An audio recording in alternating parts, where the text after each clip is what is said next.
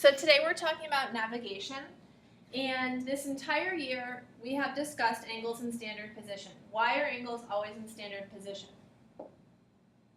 Well, the reason angles are always in standard position is so that we can all be picturing the same image. So we want everyone pictures the same image.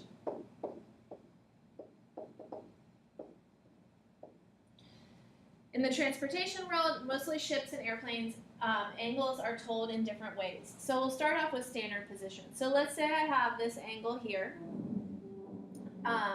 and I want to know how I would measure that in standard position. Well, if this is 60 degrees, I would just say that this angle measures 60 degrees because we start with our initial side on the x-axis, and then I move counterclockwise for my positive angle measurements. However, a navigational heading for the same angle, if this is 60 degrees, the navigational heading always starts from north, and then it goes clockwise. So I always start up here at the top and I say, okay, how far am I going in this direction? 30 degrees. So my navigational heading is 30 degrees, but in standard position, that's a 60-degree angle. Okay, so always when you're talking about a heading, you're starting at north and then you're going clockwise. So another example here, if I say I have a heading of, 25 degrees, well, that means I'm starting at north and I'm going 25 degrees this way. So I'm maybe like right there, and that's that angle. All right, bearing. A bearing is placing the initial side at north, so the positive y-axis, and then you're going the direction that it tells you. So either north or south and east or west. So for example, let's say I want to go 30 degrees northeast. That's telling me I start at north, and then I go right, because to the right is east, for 30 degrees. So 30 degrees northeast looks something like this. I'm starting at north and I'm going 30 degrees east, so it's that angle there. One other example here, let's say I'll put it over here on the right, let's say I'm going 30 degrees south, let's say east.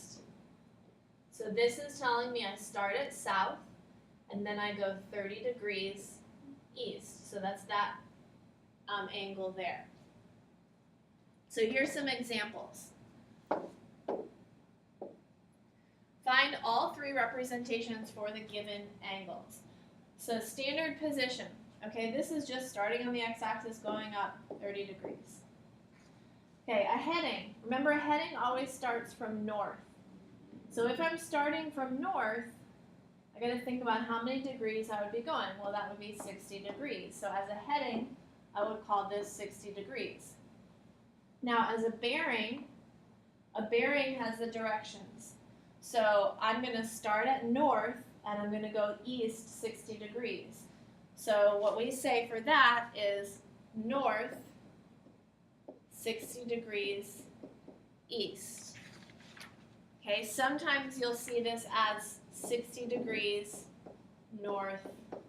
It's the same thing. So this is telling us where to start. The first number tells us where to start, and the east tells me to go to the right. Okay, you can try the others. You can pause the video, try them, and then turn it back on to check your answers. So here, standard position. Standard position starts on the positive x-axis and then goes counterclockwise. So if this angle is 70, then I know this must be 110 degrees. So as a standard position angle, this would be 110 degrees. As a heading, remember that as a heading, you always start from north, and then you go clockwise. So as a heading, this would start from north, and then I would want to know how many degrees is it all the way around. Well, from north all the way up to this x-axis is 270, plus the extra 70 degrees here.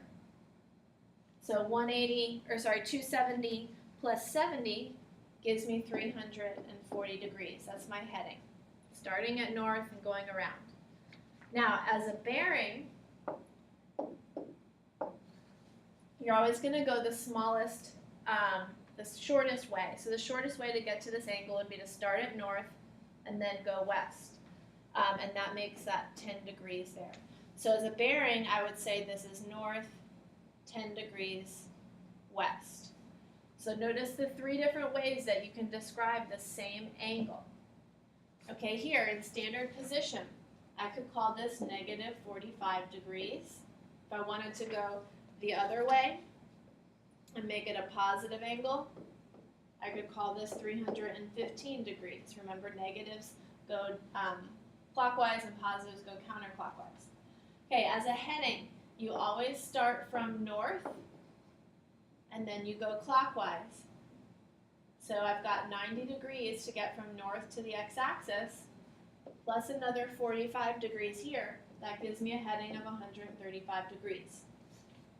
Now, as a bearing, I got to decide where the shortest way is to get there, starting from north or starting from south. And starting from south is quicker. And then I would go east. So as a bearing, I would say this is south, 45 degrees east. Okay, last but not least here, standard position. This is 180 degrees. As a heading, you start from north and you go clockwise. So as a heading, I would say I'm going 270 degrees. And as a bearing, I'm going to start from the north and I'm going to go west 90 degrees. So north, 90 degrees west. Sometimes you also see this written as due west 90 degrees. Okay, it's all the same thing. Technically, also, you could also have written this as south 90 degrees west. Okay, if I started on the south and I went up this way. So it all is the same. Okay, so those are some examples to show you the difference between standard, heading, and bearing. Now let's look at an actual problem here. I'll do one and then I'm going to leave the rest for you guys to do on your own. And the answer key's posted online so you can double check it. All right, two ships leave port at the same time. So I'm going to have my port be right here. One sailing in the direction north 23 degrees east. So here's my compass, straight up and down, straight left to right. Make sure you're not making these on an angle because that'll mess up your picture. So north 23 degrees east. So that's like this, because here's north, and this would be 23 degrees east. At a speed of 11 miles per hour. So he's going 11 miles per hour. A second ship leaves in a direction of south 67 degrees east. So here's south. I'm going to go 67 degrees east, so it's about that far.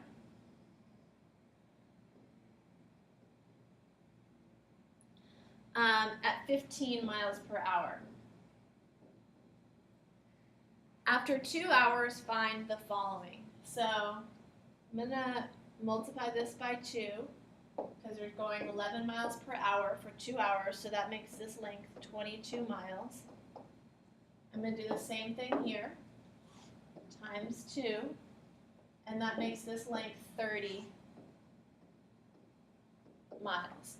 So A, we want to find the distance between the two ships. So I'm going to connect, because here's one ship, and here's the other ship, and I want to find this distance. So I'm going to say that I can use law of cosines. This is what I'm trying to find here. Because I know that this angle is 23, and the one on the bottom 67. So I can find this angle in the middle because they should all add up to be 180. So I'm going to go 180 minus 23 minus 67, and that equals 90 degrees. Now, I have a right triangle here, so I could actually do Pythagorean's theorem to get x. That would probably be the easiest thing. I'm going to set up law of cosines just to show you guys an example of law of cosines, even though you should know this. So I'm given this side, I'm given this side, I'm given this angle, and I'm trying to find this side. So I'm going to set it up as x squared equals 22 squared plus 15 squared minus 2 times 22 times 15 cosine of 90. And when I work all of that out and I take the square root, you get 37.20 miles. So that's your answer for part A. Part B, find the bearing from the southern ship to the northern ship. So remember that bearing is talking about like north, south, east, west. So I'm going to think about if I draw in north, south, east, west. Now this is where it gets to be kind of like a puzzle here. So from this ship here to this ship up here, this angle is going to give me my bearing. So I know I'm starting north and now I'm going west. I just don't know how far west, so I got to figure that out. So this is 67 degrees. Let's see here. This is 90 degrees. So I know that if this part's 67, this is also 67, the whole angle there. And if I were to solve for this angle inside of my triangle, I could subtract from 67 and get that little guy up here. So that's what I'm going to do. And to solve for that angle, I'm going to call this angle, I don't know, let's call it B. And I can use law of sines there. So I can say sine of B over 22 equals sine of 90 over 37.20. And I'm going to use a stored answer here. And what do we get? Let's see. So I end up with sine B equals 22 times sine of 90 divided by 37.2 is about 0.59. And I'm going to inverse sine both sides. Inverse sine, and I get angle B equals about 36.26 degrees. So what I'm going to do is I'm going to subtract 67 minus 36.26, and that gives me 30.74. So I'm just going to round it up, and I'm going to say my answer for part B is north 31 degrees west. And that's my answer for part B. Okay? So I'm going to let you guys do the rest, and you can check your answers online.